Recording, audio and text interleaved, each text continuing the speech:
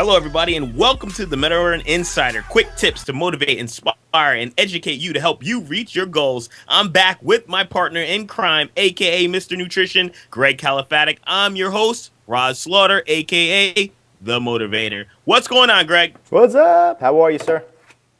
I'm outstanding, man. We are having a blast doing these quick tips. And I think that the reason we're having a blast is that we get to have these conversations in the office all the time. And we come back after serving so many of our awesome, wonderful clients.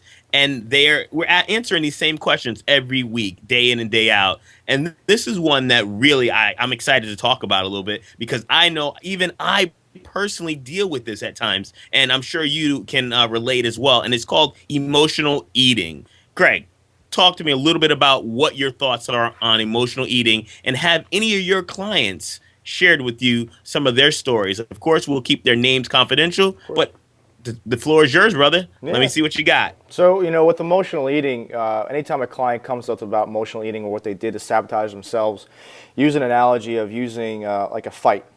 So when emotions come into a fight, what usually happens? You usually don't think and you speak before you even process what you're about to say, and you go, oh crap, I wish I could take that back, because you know how hurtful and how damaging it can be to the other person, the relationship, et cetera, et cetera. So it's the same thing with emotional eating. When you guys get into, frustrated situations, as far as like, the moms who are taking care of the kids, taking care of the husbands, doing a lot of errands, taking care of the household, and you get overwhelmed, over frustrated, what do? You hurt yourself by emotionally allowing your mind to take over and saying, I'm just going to go damage myself by grabbing this ice cream, these chips, this alcohol, whatever it may be. And in the end, you don't feel any better. Maybe for the first 10 seconds, you might feel pretty good, but after that, you feel like garbage. So why the sense to damage your body when you know it's not going to feel good, but for 10 seconds? Is it really worth it? So with emotional eating, we've had clients come in before and they're saying, after a long day, Coach Roz, Coach Greg, I just blew it. I had, cups of this and cups of that, and I had this alcohol, I had that drink, whatever it may be, and they come in the next day feeling lousy, and it's our job to make them feel a lot better about themselves so we get them back on plan. So, what are your thoughts when people come to, as far as like emotional eating, like how would you coach someone in a sense, Roz? Great question. First of all, I have to coach myself. It happens to us, as I said in the intro.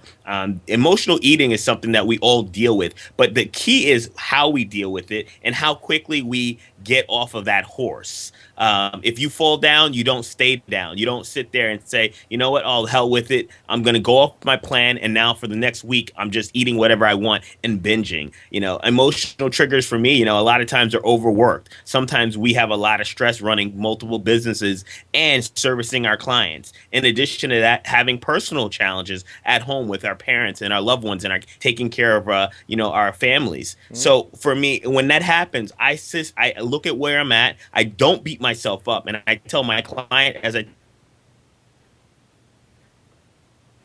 the past, focus on the present moment that we're in and accept it. Okay, I fell down. Now let's get back up, get back on my plan tomorrow, get back to the gym, get to talk with Coach Greg, Coach Roz, and Mark, and all of the different people that we use as our outlets. A lot of time, Greg, you're my outlet. I'm sharing with you, oh, you know what, I had a beer last night, or you know what, I overate pasta, whatever it might be. And I just, and it is what it is. So the key to this quick tip is acknowledge that you had an accident, you fell down, whatever you want to call it. It's not really that important, because whatever you connect that meaning to, it's going to mean that to you. So if it's just a slight little fall down, that's what it's going to be. If you call you fell into a big sinkhole, you're going to make it that. And then get up and get out of it and get back on plan. That's as simple as it's going to get. Yeah, you want to elaborate anything to that? Yeah, just real quick, you hit it on the head. You said the word trigger. And, we all, as human behavior, we all have patterns, triggers. So if you know what a certain trigger is, let's say, every time at 5 o'clock, you're going to get stressed out. You have to change the response. So the trigger is always going to be there, no matter what, unless you fix the situation. 5 o'clock is always going to be that trigger for yourself. So instead of saying, my trigger is my kids get home and go crazy, so I eat ice cream, you have to retrain the pattern, saying, when my kids home and frustrate me, I grab herbal tea, or I grab my favorite juice with no sugar in it, whatever it may be. You have to change the response, the pattern to that trigger in a sense, because triggers are always around, they're always going to be there. So that's just a little quick tip.